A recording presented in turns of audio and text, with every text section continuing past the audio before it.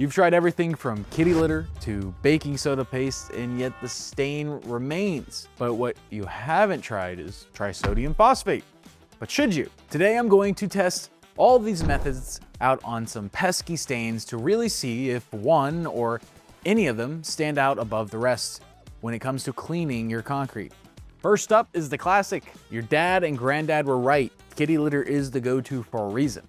If it's a fresh spill, grab a towel and dab the excess. Do not rub or you'll just push the oil deeper into the pores.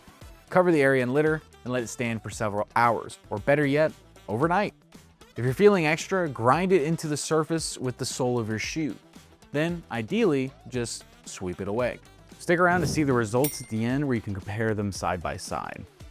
Solution number 2, baking soda. This is perfect if you don't have a garage full of supplies or cats.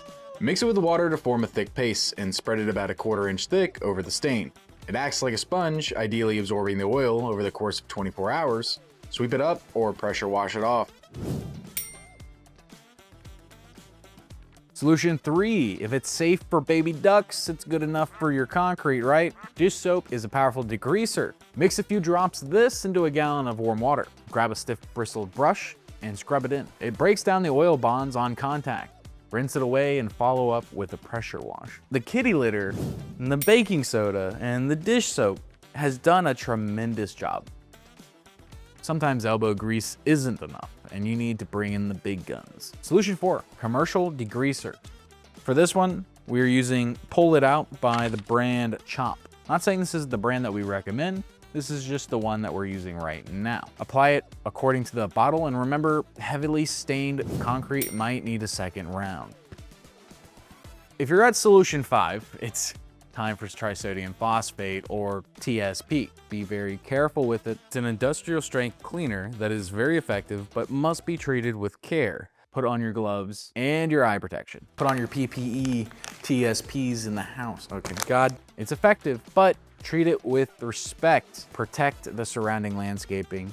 Scrub with a stiff bristle brush and rinse thoroughly. And after using any of these, finishing with a pressure washer is the gold standard for a clean slate. The real key to the lesson here is that the pressure washer really lets these solutions shine and reach their potential. Now we can see the results and we can see, were these solutions effective and were they worth the hassle? For the baking soda and the kitty litter, we also did a 24-hour test because that was recommended for those solutions. In hindsight, I kind of wish I would have done the 24-hour test for all 5 solutions to give you a side-by-side, but if that's what you guys want to see, let us know in the comments. We'll do that in the next video. I'm gonna be honest with you guys, it's actually quite surprising. I thought something like TSP or the commercial degreaser, Pull It Out, was going to be more effective. The only thing that I could particularly say that might be skewed with the results, especially on this block, the kitty litter was applied first. The oil was dealt with sooner than the TSP.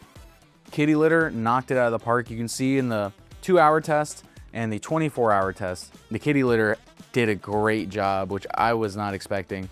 Even more surprising was the dish soap. The dish soap was kind of middle of the road. It was applied in the middle of the test, but it's looking just as good as the kitty litter, which was applied pretty much immediately. I'd say that compared to the 2-hour test, the baking soda didn't do so hot on the 24-hour test. Now that your concrete is spotless, you'll want to keep it that way. Try a proactive approach by checking out our channel for more concrete sealing guides.